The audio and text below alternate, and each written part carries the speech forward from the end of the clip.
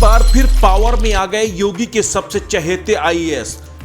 जो कल तक थे हनुमान, अब बनेंगे चाणक्य। एक वक्त था जब यूपी की ब्यूरोक्रेसी में सबसे ताकतवर चेहरा अवनीश अवस्थी का हुआ करता था। समय बदला, अवनीश अवस्थी पद से रिटायर हो गए। एंटी अवस्थी लॉबी अवनीश अवस्थी के रिटायर होने के बाद खासी खुश थी कि चलो अब उन्हें मौका मिलेगा। लेकिन एक बार फिर कई लोगों के अरमानों पर पानी फेरने के लिए अवनीश अवस्थी और ज्यादा पावरफुल होकर वापस लौटे हैं। अब मुख्यमंत्री योगी आदित्यनाथ के मुख्य सलाहकार बनाए गए हैं अवनीश अवस्थी। इस बात का अंदेशा तो तभी हो गया था जब रिटायरमेंट के 9वें दिन ही मथुरा के वृंदावन पहुंचकर अवनीश अवस्थी ने अधिकारियों साथ वृंदावन विकास परिषद की बैठक की थी। वह अधिकारियों के साथ निरीक्षण भी किया था। तभी इस बात के कयास लग गए थे कि अवनीश अवस्थी को जल्द कोई बड़ी जिम्मेदारी मिलने जा रही है।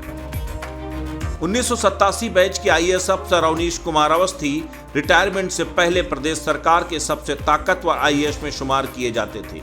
अपर मुख्य सचिव गृह Awanish Awasthi Uttar Pradesh police, intelligence, cyber security जैसे मुद्दों पर काफी अनुभव रखते हैं। रिटायरमेंट से पहले अवनीश अवस्थी के पास एसीएस होम, एसीएस ऊर्जा, अतिरिक्त ऊर्जा, चेयरमैन यूपीडा जैसे महत्वपूर्ण महकमों के चार्ज थे। कहते हैं यूपी की सरकार में जब जब संकट आया तब तब हनुमान बनकर संकट मोचक की भूमिका अवनीश अवस्थी ने अदा की। तब तक उसका निवारण अवनीश अवस्थी ने किया। हर संकट में सबसे आगे अवनीश अवस्थी खड़े दिखाई दिए। योगी के लिए किसी ढाल से कम नहीं थे अवनीश अवस्थी। सीएम योगी के द्वारा दी गई हर एक चुनौती पर अवनीश अवस्थी हमेशा से खरे उतरते रहे हैं। 2017 में उत्तर प्रदेश में बनी योगी आदित्यनाथ की सरकार के बाद कानून व्यवस्था पर सरकार के लिए सबसे बड़ी चुनौती थी। योगी सरकार के बुलडोजर बाबा की इमेज बनाने में अवनीश अवस्थी की बड़ी भूमिका थी। उसे जमीन पर उतारने का बीड़ा अवनीश अवस्थी ने अपने कंधों पर उठाया और 2022 के चुनाव में बुलडोजर बाबा की इमेज सत्ता में वापसी की सबसे बड़ी वजह बनी। याद कीजिए 2019 का वो मौका जब अयोध्या में राम मंदिर पर सुप्रीम कोर्ट का फैसला आने वाला था। उस फैसले को लेकर हर तरफ आशंका थी कि फैसला क्या होगा। मुख्यमंत्री योगी आदित्यनाथ खुद चिंतित थे। उन्होंने इसकी जिम्मेदारी एसीएस होम अवनीश अवस्थी को दी।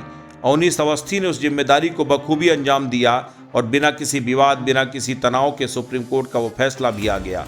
उत्तर प्रदेश में शांति व्यवस्था बरकरार रही। यही वजह है कि जब राम मंदिर निर्माण के लिए ट्रस्ट बनाया गया था, अवनीश अवस्थी को कोष ट्रस्ट में शामिल किया गया। उत्तर प्रदेश को जब विकास की कसौटी पर कसा गया, यूपी में जब एक्सप्रेसवे का संजाल बिछाया जा रहा था, तब उस सपने को पूरा करने का काम अवनीश अवस्थी ने किया। महज 28 महीने में बनकर तैयार हुआ बुंदेलखंड एक्सप्रेसवे हो या फिर उससे पहले पूर्वांचल एक्सप्रेसवे, इसकी नजीर है। इतना ही नहीं, उत्तर प्रदेश में 3 एक्सप्रेसवे तेजी से निर्माणाधीन है। उसके बाद दूसरी बड़ी चुनौती थी उत्तर प्रदेश जैसे संवेदनशील जगह से लाउडस्पीकर हटवाना, खुले में नमाज को रोकना। उसमें भी सरकार पूरी तरह सफल साबित हुई। 2024 से पहले योगी के प्रमुख रणनीतिकार के तौर पर अवनीश अवस्थी की तैनाती भले ही ब्यूरोक्रेसी के खेमे में बेचैनी बढ़ा दे, लेकिन इससे मुख्यमंत्री योगी आदित्यनाथ को जरूर सुकून मिलेगा, क्योंकि अवनीश अवस्थी एक ऐसे शख्स हैं जिन्हें योगी आदित्यनाथ की कार्यशैली बखूबी मालूम है। उन्हें यह भी मालूम है कि यूपी की ब्यूरोक्रेसी को कैसे निपटना है। समाचार एन इंडिया के लिए ब्यूरो रिपोर्ट।